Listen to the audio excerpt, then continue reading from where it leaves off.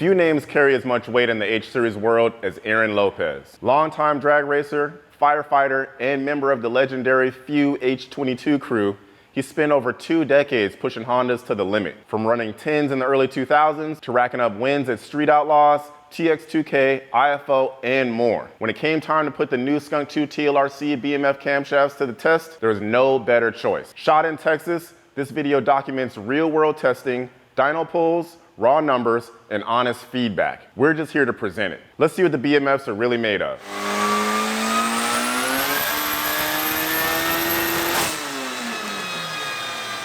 Hey, this is Aaron with the Few H22 crew. We're here with Jason, Stupid Fast. We're here in Houston.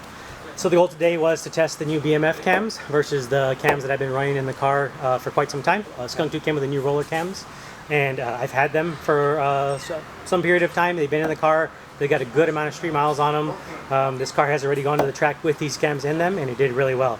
Today we came to the dyno and actually see what kind of power it made.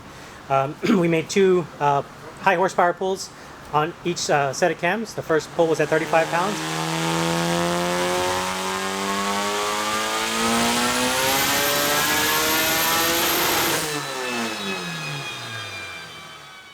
So we backed it up with another pull at 40 pounds.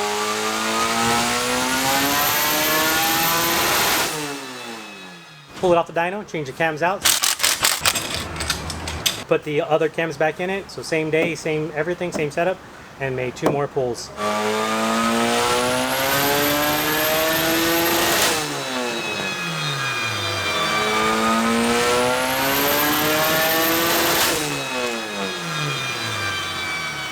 We tried to make sure that every aspect of the test was maintained to be as consistent as possible. So the temperatures were all the same, oil temperatures were the same, boost was exactly the same, ignition timing, all of that was exactly the same. The only thing that was different was the camshafts and how they were degreed in, but that's what they have to do. Outside of that, the tune was just adjusted for air fuel to make sure that was spot on and to make sure that the boost was exactly where we wanted it. What you can see behind me is the results on the from the dyno pulls, but not only just from the results there, but from what I've seen having the cams in the car for a good amount of time is how the valve train's happy. So valve lash was spot on. Was kind of having some trouble beating up some exhaust valves. I think we all do. I mean, these cars high horsepower beat up some valve train, and to keep the valve train happy is huge. So this car today, we were spinning it to 10,200, I think. Correct. So all the pulls today were all the way to 10.2. That's what the limiter's been set on this car. The race car spins a little bit higher, 10.5, 10.8, somewhere in there. But even at 10.2, with several track passes we have and the street driving, like I said, the valves were just happy. The cranking compression's fantastic. Everything I saw prior to coming to the dyno was all great. And so as long as the numbers backed it up, that was going to be a huge success. So one of the things I noticed while making the adjustments between the 2 sets of cams, the Skunk2's seem to be a lot smoother for drivability, which, I mean, not too many people are going to be trying to run a big cam like this on a street car, but if you were to build something like this, they would definitely be a lot smoother. The power increase all the way through was significant, about 40 horsepower more at the top end. Carries power all the way through really nice, and obviously the biggest thing that we look for is not hurting the motor by running it as hard as we do. So being able to have the valve train stay in without getting beat up as much, that's a huge win for us. So like I said earlier, they've been in the car for quite some time. These cams were actually in the car when it set the record. So this is currently the world's fastest Prelude, all-wheel drive Prelude. The record was 861 at 174. If you want to do a little bit of monkey math, you can do a little horsepower calculator. The car weighed 3,060 pounds on that pass when it 174, and Google says that's about 1,268 horsepower. Of course, it made more boost at the track than what we made here, more than 40, but like I said, that's almost 1,270 horsepower. And this is the same motor, haven't done nothing to it, just swapped the cams out today. So that's huge. We know they can make big power. They show a lot of potential. So moving forward, these are gonna go in the race car. So I think, we set a record in this car. This was a 100% street car.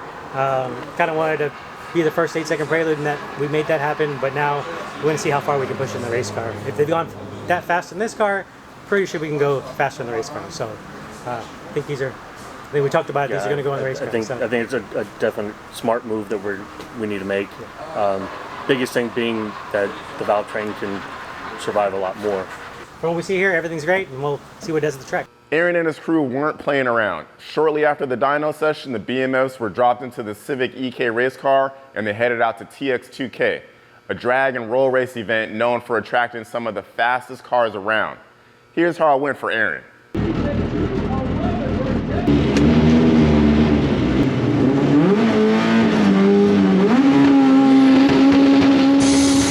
Lopez is in. Lopez gets the whole shot. Now Miles has the battle from behind and will not be able to do it. Lopez, 750 with a 1 at 195. Improving huge over 7. Although Aaron likes to keep some of the specifics on the race car to himself, increased mile an hour on the top end tells us one thing. More horsepower was made, and there's no doubt about it. Big thanks to Aaron and his crew for letting us share their test session. If you're building an H Series and looking for some serious top-end power, the BMFs just might be the move. For more real-world testing, racing insight, and behind-the-scenes action, make sure you subscribe and stay tuned. We'll see you guys out there. Go faster.